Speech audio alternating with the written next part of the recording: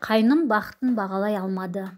Біз әйел затымыз, жанымыз да тәніміз де әлсіз. Көңілімізге барлығын жақын қабылдаймыз. Сондықтан әйелге қалай қарым-қатынас жасау керектігін ер азаматтар түсінсе деймін. Осы әйелдердің ақ жыры мен мұңы таусылмайды екен деп ойласаңыздар, әйелдің мұңына тікелей себепкер кім екенін де өздеріңіз де түсініп аларсыздар. Өйткені мен барлығы демеймін, өмірде талай ер азаматтың әйелге тән қылықтар жасап, өзінің құрметі мен абыройын жоғалтып, осы қасиетінен тіпті намыстанбайтын да жағдайға жеткенін көріп жүрмін. Солардың бірі жайлы айтқым келіп отыр. Ол адамды ұзақтан іздеудің жөні жоқ. Менің туған қайным. Оны күйеуімен бірге бір әке-шешеден туған десең, ешкім де сенбес еді. Екеуі екі түрлі адам. Бір-біріне түр келбеті ғана емес, мінездері де ұқсамайды. Менің күйеуім сабырлы, барлығын ақылға салып шешетін жан болса, ал қайным керісінше өте күйгелек, әйелдер секілді шаңқылдасып ұрысқанда ешкімге дес бермейді. Ұрысқақ әйелдер қайнымның қасында жолда қалады. Әрине ол күйеуімнің туған бауыры болғандықтан олардың ара-жігін ажырату ойымда жоқ. Дегенімен кейде қайнымның өзіне қатысы жоқ шаруаларға дейін араласып, қазан-ошаққа араласып жүретіні ұнамайды. Әйтпесе өзі жап-жас жігіт, бір рет үйленіп еді, келін оның осы мінезіне шыдамай ажырасып кетті. Шынында да бір үйге бір еркек, бір әйел болу керек қой. Екі еркек немесе екі әйел ерлі-зайыпты болып тұра алмайды. Сол секілді келінді де түсінуге тырысамын. Өйткені екі әйел секілді өмір сүрді олар. Өйткені ер азаматтардың да еркекшора қыздарға көңіл қойып, мойын бұрмайтыны секілді, нәзік жандылардың да өзі секілді нәзік жанға емес, өзіне қорған боларлық азамат іздейтіні заңдылық. Әйелдер әлжуаз еркектің жанында өзін әйел ретінде сезіне алмайды. Әйелмен әйел болып ұрсатын еркектің бұл қасиетінен соң келіншегі безінбей қайтсын. Әйелінің кетіп қалғанын да менен көріп, оны осы үйге сыйдырмаған сен деп маған сұқ саусағын безегенде, оған қарсы сөз айтып дауласудың қажеті жоқ екенін түсінемін. Сол кезден бастап қайным менімен аңдысуды шығарды.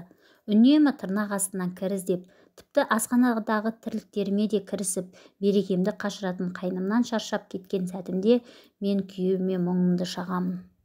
Күйеуім негізі екі ағайынды. Атамыз өмірден өткен. Енем бірінші топтағы мүгедек. Екі көзі де су қараңғы. Бұлайша енемнің маған келіп кетер пайдасы немесе зияны жоқ. Өз денсаулығымен әлек болып отырған адамға шағым айту орынсыз шығар. Әрине жолдасым менен ештеңені жасырған жоқ. Анама қамқор болатын келін керек. Сен менің анамның жағдайына шыдай аласың ба деп алдын ала барлығын ескерткен. Мен күйеуімді жақсы көргендіктен мүгедек болса да, оны өмірге әкелген анасының қызметін жасауды о бастан сезіндім, келістім. Енемнің ақ батасын алуға тырыстым. Көзі көрмегендіктен мен оның екі көзі болдым. Әрдайым жетектеп жүретінмін. Күйеуім де жұмысына алаңсыз барып келетін болды. Өйткені маған толықтай сенім артқан. Жүзі де жадырап қуанышты күймен оралады үйге.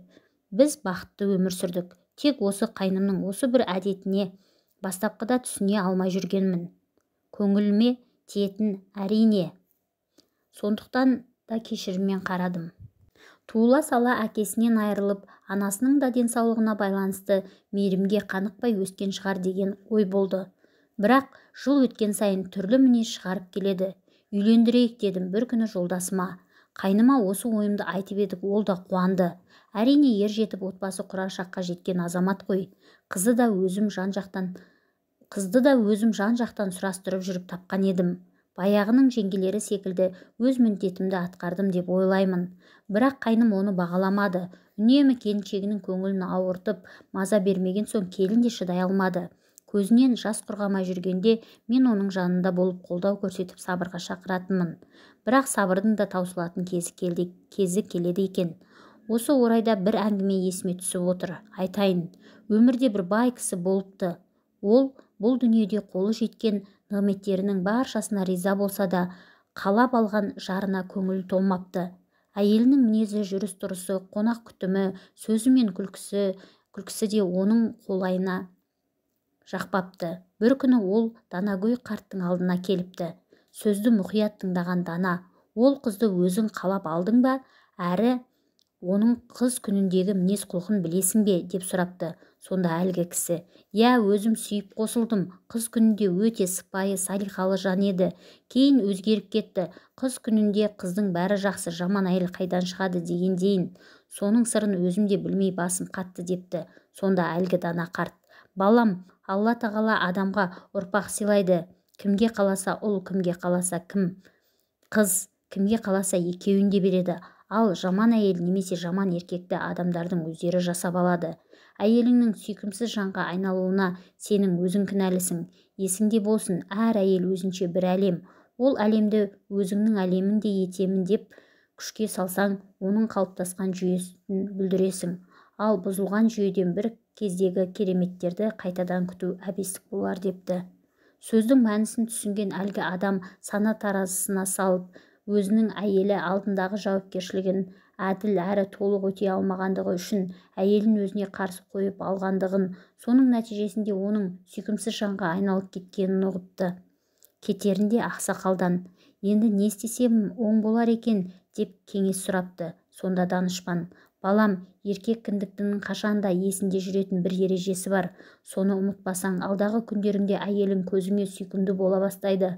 Қыз деген нәзік үмітпен, аяулы сезіммен ғұмыр кешетін нәзік жаратылыс.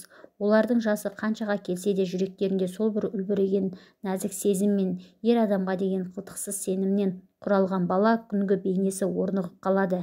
Жүректеріндегі сол кішкентай қыз, ол ақсамайлы әже болса да, сол балғын пәк күйінде қала береді.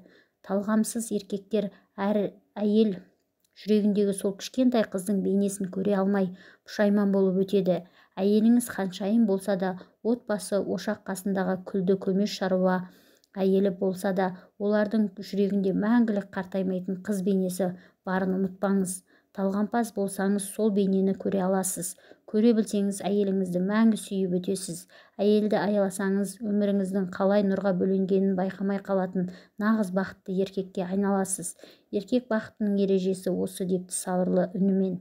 Қайным ақылды болса, осыны да ұғар еді.